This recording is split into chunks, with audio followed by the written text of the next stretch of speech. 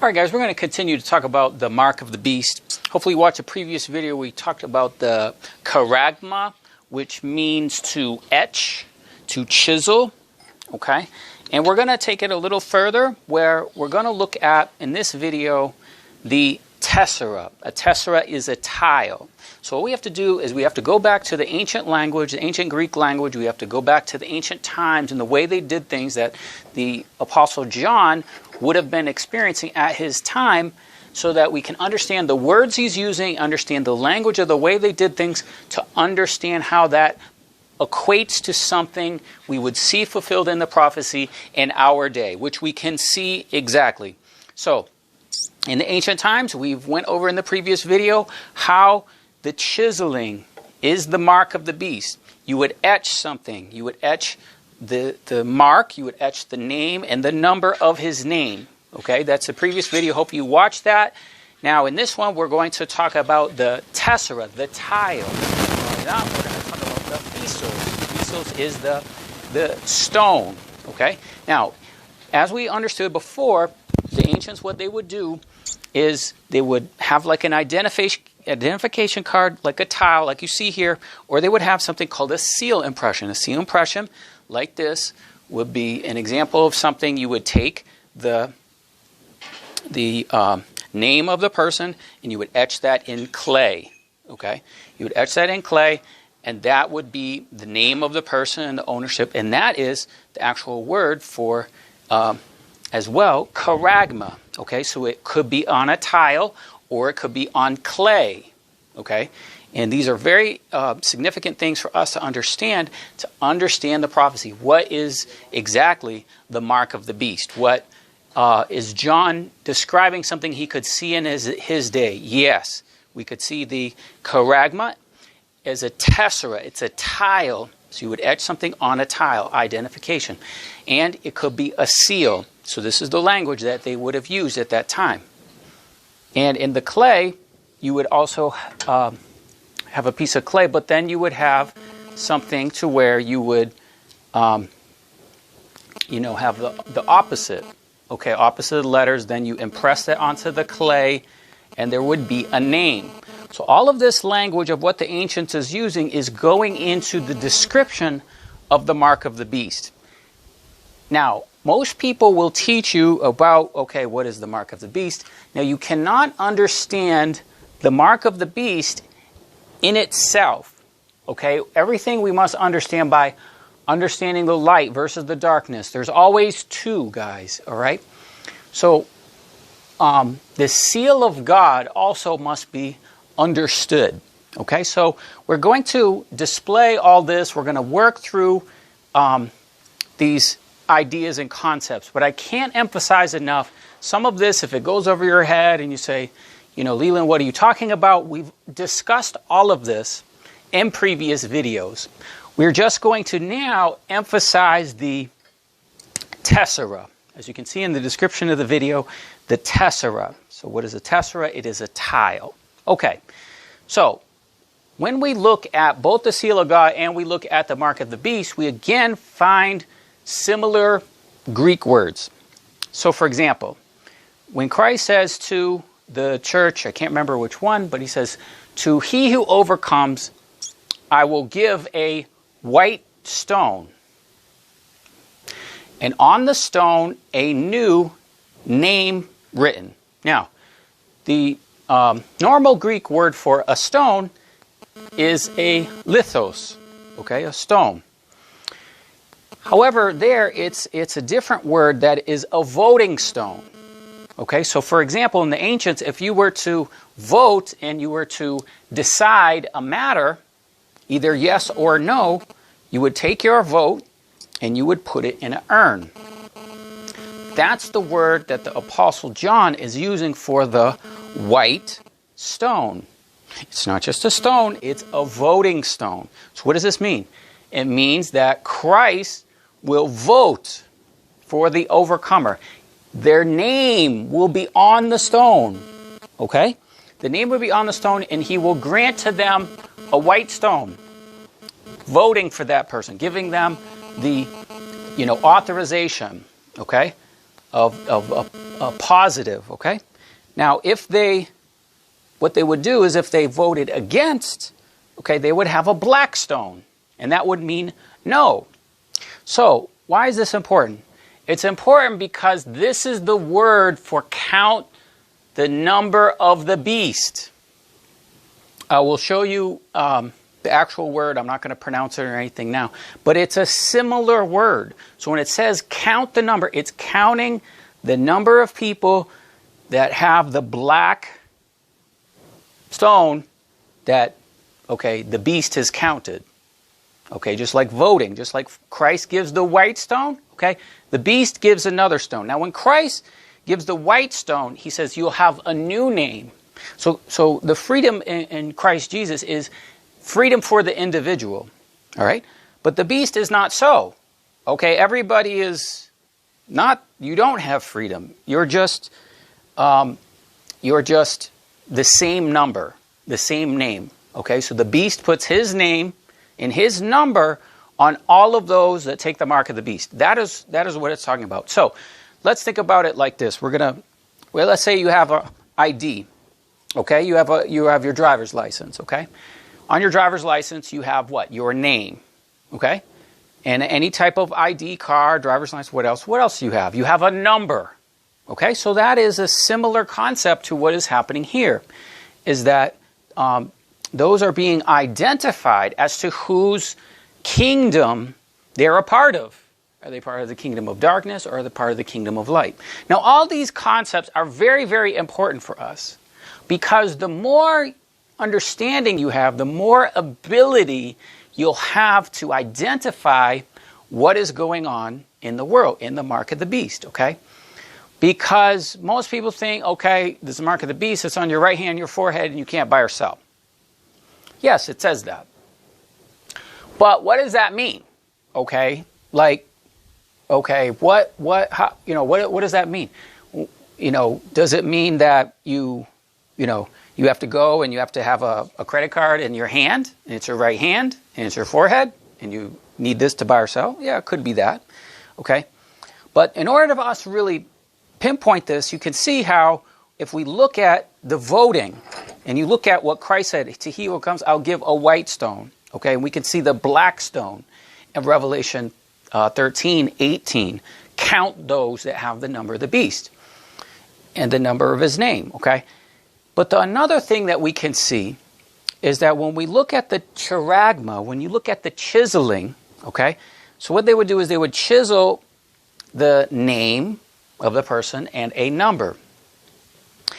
The name and the number to identify them. Okay, so they didn't have an ID card or something like that, but the idea was that the charagma is the etching, and you etch and you hold it, you have a tile which identifies you.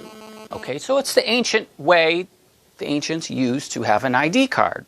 Okay, and so you would need this would be necessary because of the myriad of taxes and systems that was in the Roman Empire. Not only that, the welfare system and the giving of money and wheat was all very, very organized, very, very specific. Okay, so you would have to have this ID card to be in that system. Okay, now how would this relate to today? Well, we can see that in any type of ID card, you'll have this chip on it, right? Okay, so in the ancients, what they would do is the charagma, the etching, would happen on a tile. Now, what's interesting is nearly all ID cards, all credit cards, all SIM cards, they all look the same. Okay, so if I take a SIM card and I show you the SIM card, you can see that that is exactly the same as that's on, an ID card. So on your credit cards or, whatever. So that is there. So that's an entire system that's already in place. It's already in place. It's already there. All it needs is to be turned on or for some type of reason. And that's now what we can see. So yes, the mark of the beast is here. It is this whole system that we must overcome.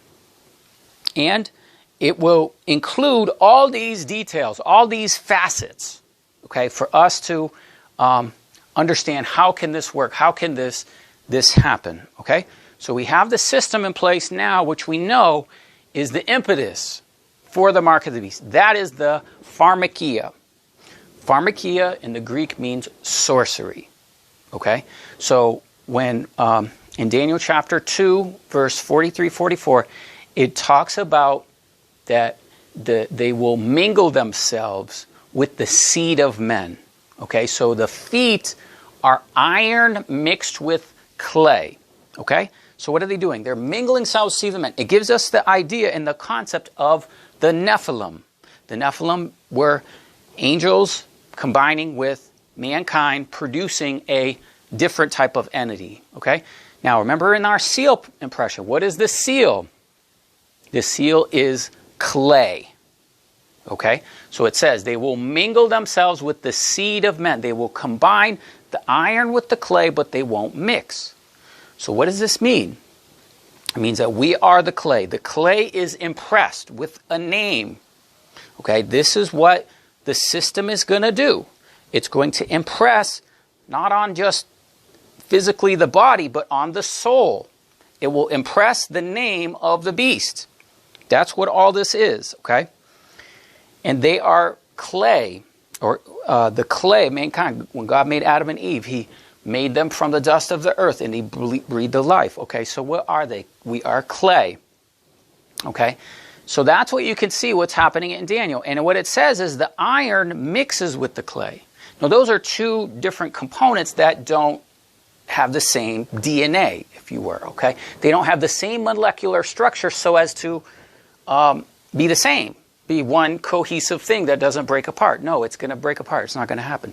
Why? Because it's not God's original design as he created us, okay? So that's what the mark of the beast does. It will change the people, okay? They will be like Nephilim, okay? They will be like the days of Noah. That's what all this is, okay? So within the words of the mark of the beast, okay, there is this word charagma. And charagma is what we just showed you. It's a seal impression, okay, that would be a way of identifying, okay? So you'd have one side, which is written, the opposite letters, you will impress the clay. So that is the word of the mark of the beast, charagma. It's a seal impression, okay? Now, not only that, you would have a tile, okay? A tile would be like an ID card, like we showed you, and on it, you would have your name and your number. So, for the beast system, okay, there's no freedom. It's a system. Because people are not worshiping God. They're not serving God. They're worshiping the beast. And how you know you're worshiping the beast? It's by money. Okay, so when you're in the system controls the marketplace. The system controls your ability to buy or sell. All right? So it'll be very soon where videos like this, guys, you need to download these videos. You need to get the notes. You need to get the content of what we're sharing, because pretty soon things like this will be completely eliminated. Now, we're just describing what the Bible says using the words, okay? We cannot speak plainly on what's really going on because these videos will be removed, all right? So in this playlist, I strongly encourage you to download these videos in the Mark of the Beast playlist so that you get the notes, you get the concepts of all this, because a lot of this you watch a video, understand, but then if I ask you the same thing 3 days later, you'll be like, how does that go? So anyway, we have an excellent article, which I really encourage you to save, and in it, it talks about the tile. Okay, so if some of this is unclear, we're going to really make this clear. This website, preparingyou.com and charagma. And this is excellent. We're not going to read the whole thing, but we can see clearly the word charagma, okay, charagma, is a Greek word found in Latin text of the time of Christ. Okay, so the Greek concordance listed as such, and this comes from charax, which means to sharpen to a point. We talked about this in the previous video, which means mark. It's a stamp, imprinted mark, a mark stamped on the forehead and right hand and the badge of the followers of Antichrist. and it's a thing carved, a sculpture. So here they're going to get into what this actually is. This is excellent. To engrave anything in clay, okay, so that's like the seal impression, like we said, and it's a clay. And the Romans could call objects with name identifying marks as charagma or charagmite. Even a tessera, meaning tile, were tokens that could be engraved in clay or lead or even bronze or stone. And there were many examples throughout the history of such identities to identify individuals. All right, so these are ID cards. And of course, what captures your attention here is you can see that they have a ID card, a plate, and they have a hand. Okay, so this is the language the Apostle John is using in the book of Revelation, that there was a mark on their hand, a mark, a charagma. Okay, so they would have known at that time that this was an ID card. Okay, and these tokens became evidence of the entitlements in the world of Rome in the ancient times of the fathers and elders. Okay, and it would identify the people, in the household. And it's called a tessera, which means tile. These were heredity and the responsibilities. The tessera hospitalis were tokens of mutual hospitality spoken under, and the token was probably in many cases of earthenware having the head of Jupiter. All right, so not only that, you have the system, okay? They had the token and the sign and the seal. So think of this as like a brand mark, okay? As a brand mark of Jupiter, of the system, of the beast system. So you have a brand mark of the beast system, and you have the individual's name, okay? And when the state became conscripted by the election, the same systems were used to provide government's welfare, okay? So these are how the societies operated through the elaborate systems of taxation, which required individuals to be members or citizens. So this is how the world will be members and citizens to the beast. But we are not members or citizens to the beast or this world systems. We're citizens of heaven. They were often made of clay with etched information on them before they were fired. In Judea, Gabbai, or tax collector, collected ground income poll taxes while they collected imports and exports. Okay, all this was kept track of. They invented taxes that reach into the life of every person. They were taxes based on number of axles, wheels, animals, pedestrians, use of roads, highways, administration to markets, carriers, bridges, ships, quays, on crossing rivers or dams, on licenses, in short, every variety of objects that were in research in the modern scholars. Does this sound familiar? Guys, if this isn't clear to you that this is the world we live in, okay? So here's a bronze example. This is a bronze example. We'll show you these in a little bit later of what was inscribed with the individual's name, okay? Now, there are other ones that were seal impressions, like this one. Identification token of a cavalry commander. So this is a person, this is their seal impression. Okay, and so that's this whole system of taxation, right? So this is how this whole thing is going to work. Both Greeks and Romans used small framed boards filled with wax or clay, and a thin coating of wax was used for brief and short-term notations. Okay, scratching letters in the soft wax with a stylus. Okay, so this is what the word mark of the beast means. Scratching letters, okay? And that's how it can be scratching, a pen. Okay, like I'm showing you this little sword. Scratching letters, it also can hold a payload, and that's what the pharmakia is. The pharmakia is a sword. It is something that pierces the skin, and it puts something in your body to change your DNA, okay? So this is, many times in Scripture, it talks about the sword. The sword of Babylon, the sword of Nebuchadnezzar. We can relate that to what is taking place with the pharmakia. Okay, etching letters. And this is going to etch different letters in the DNA. It's going to recode the DNA of people. Okay, and there's welfare types and free will offerings. So you can, and there's always two basic welfare types in societies throughout history. One is free will offering, so freely giving, paying taxes. The other, by force. They often are a key to sealing the fate of society and nations. These clay tiles that became a titulus in the welfare system were not a new thing to the Romans. The Tesserae were used as an ancient Roman equivalent to a theater ticket. Okay, so the idea is like a theater ticket is another example. And these were tokens given at certain times by the Roman magistrates to citizens in exchange for which they received a fixed amount of wheat or money. Okay, so this is why the whole system is crashing the economies to force people to receive the wheat and money from the government. Then you will need, this was the origin of the EBT card. Okay, can you see what's going on here, guys? Ancient Jewish tessera, these are examples of them, like seal impressions, okay?